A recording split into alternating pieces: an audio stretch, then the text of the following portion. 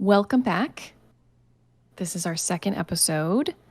We're going to talk a little bit about representation of autism in filmmaking and film. So I kind of want to start out talking about representation I don't love. I think a more contemporary representation that I don't love is The Good Doctor. I am a surgeon! I am a surgeon!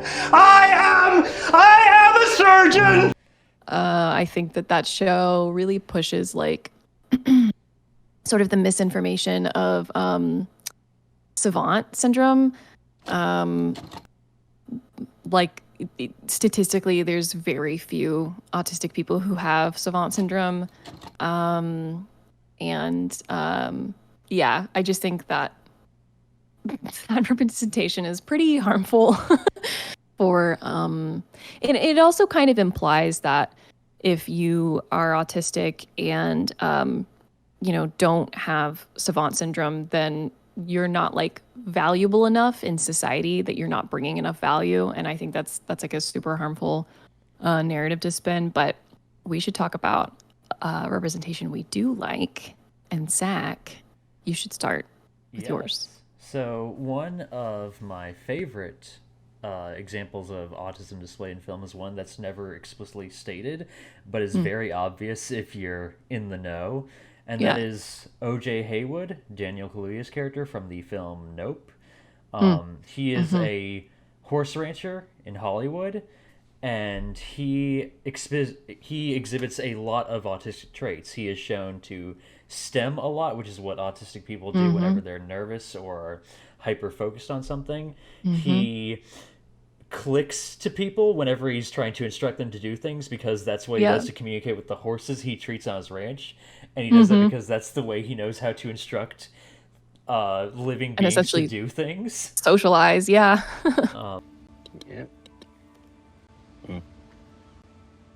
He is shown to be hyper focused on small details. Like there's a monologue in the film that his sister goes on, and afterwards the only thing he says in response is the fact that she got a film name wrong. Yeah. After this big 5-minute emotional monologue. It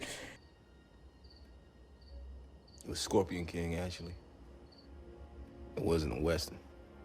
He's not able to read the room a lot. I think it eats you if you don't look it in the eye.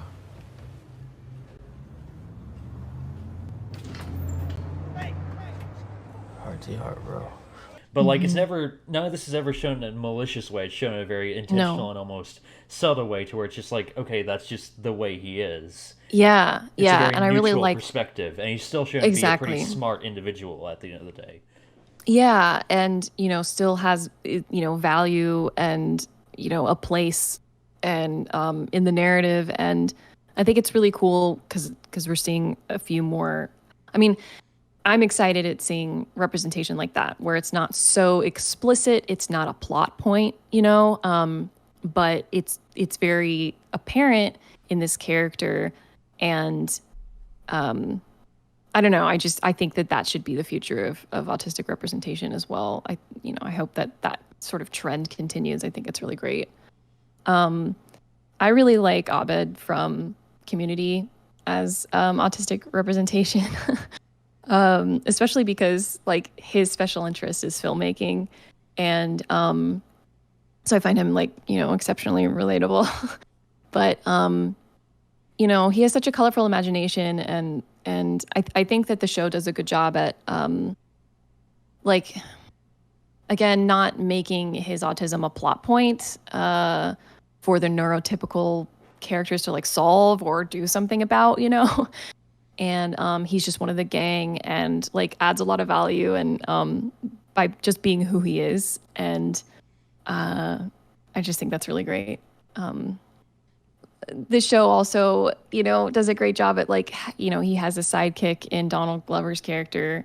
There's just this sort of leaning in sort of tone to it, right? They have a lot of those they end the show with a lot of their playful kind of world building scenarios where they're doing talk show hosts or something like that, and it's really refreshing to see that sort of set as an example, a social example of hey, there's maybe this autistic person here who has some of these like special interests, and if you like them too, like just join forces and like lean in, And I really like that. It warms my heart.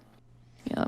Yeah, no, like the best way to portray autism in film, it seems, is to portray it in a way to where it's just accepted, which I Yeah. mean that's kind of how it is with most things, when it Mm-hmm. comes to Mm-hmm. more minority groups, is just portray it in a way where it's accepted and not a plot point. And then it Right. comes across as so much more natural and reasonable and realistic in comparison to over the top crap like the good doctor does. Right. Right. So I think that's about it for us today. Thank you for joining us on our second episode, and we may have more episodes to come in the future. Yeah, longer ones.